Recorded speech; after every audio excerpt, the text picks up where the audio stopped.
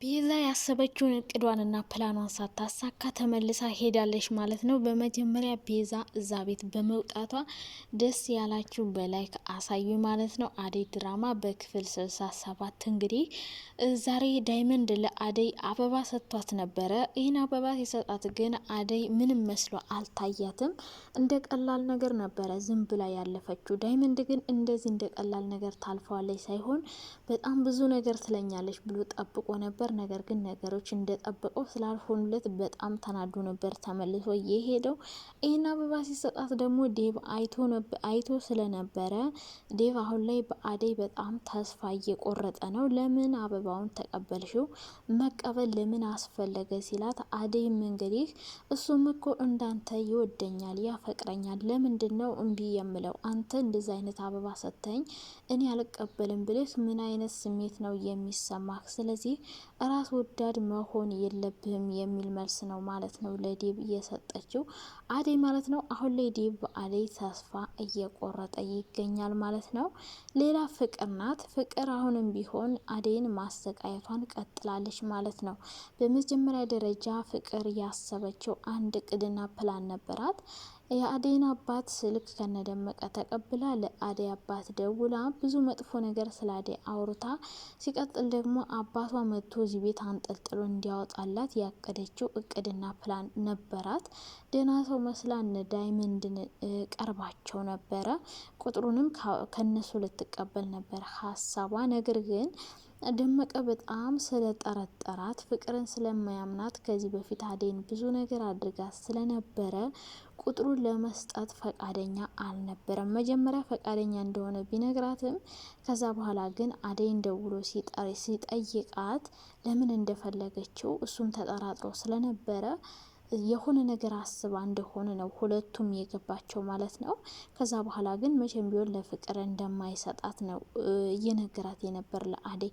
አደይ ደግሞ ይሄ ነገር አናዷታል። ለምን አስፈለገ የእሱን ቁጥር መቀበል ለምን አስፈለገ በማለት እንግዲህ በጣም ተናዳ ሄዳ ፍቅር ላይ እየጮኸችባት ነበረ። ፍቅርም እንግዲህ ምንም አይነት አመርቂ መልስ ባትሰጣትም ምን አገባሽ የፈለገኝን ማድረግ እችላለሁ ነው እያለቻት የነበረው አደይን ማለት ነው። አደይ ምንም ነገር ለማድረግ እንዳትሞክር እያለቻት ነበር ፍቅር ይሄ ነገር ስለከሸፈባት ተናዳ ሄዳ እንግዲህ ዳይመንድን በጥፊ ነበር እየደረገመችው ደመቀን።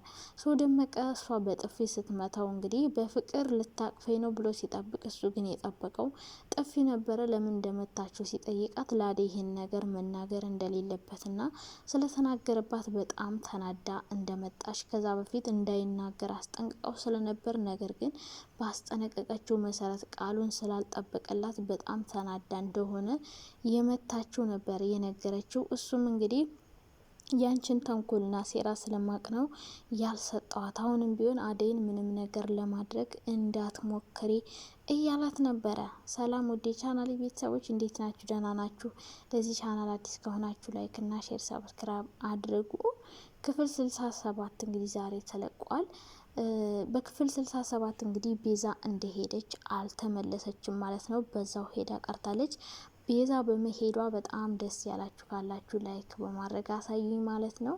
ሌላ ሊዲያና ለምለም ናቸው። ሊዲያ እንግዲህ ከዛ በፊት በክፍል 66 ለአደይ ለምለም እዚህ ቤት እንድትመጣ እንዳትፈቅጅላት እንዳታስመጫት ብላት ነበረ።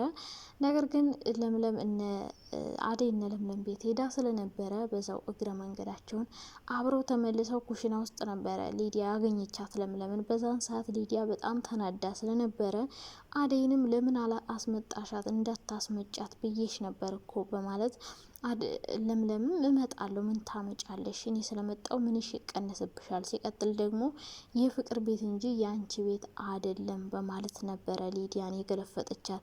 ሊዲያም ይህን በማለቷ በጣም ተናዳ ለመማታት ስትሰነዝር ነበረ ዴብ የደረሰው። ለምንድነው የምትጣሉት? ምን አጣልቷችሁ ነው ብሎ ሲጠይቃቸው እንግዲህ ያልሆነ ምላሽ ነበር የሰጠችው። ሊዲያም እንግዲህ ለሁለት እየደበደቧት እንደሆነ እየገፈተሯት እንደነበረ ለዴብ ስትነግረው ዴብም ለምለምንና አደይን ለምን እንደዚህ እንደገፈተሯትና መገፍተር ለምን እንዳስፈለገ ለምን እንደሚያስከፋት ጠይቋቸው ነበር። እነሱም እንግዲህ እሷ በተደጋጋሚ ብዙ ነገር እንደምትላቸው ሌላም ብዙ ሚስጥር ሊነግሩት እንደሚፈልጉ ነግረውት ነበረ። ዴብም ከዚህ በኋላ ነበረ ሊዲያን ለብቻዋ እያናገራት የነበረ።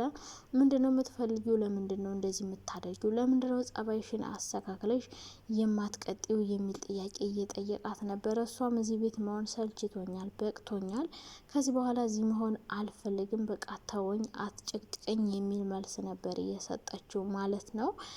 ከዛ በኋላ ነበረ እንግዲህ ፍቅር ለዴብ ማቃጠር የጀመረችው።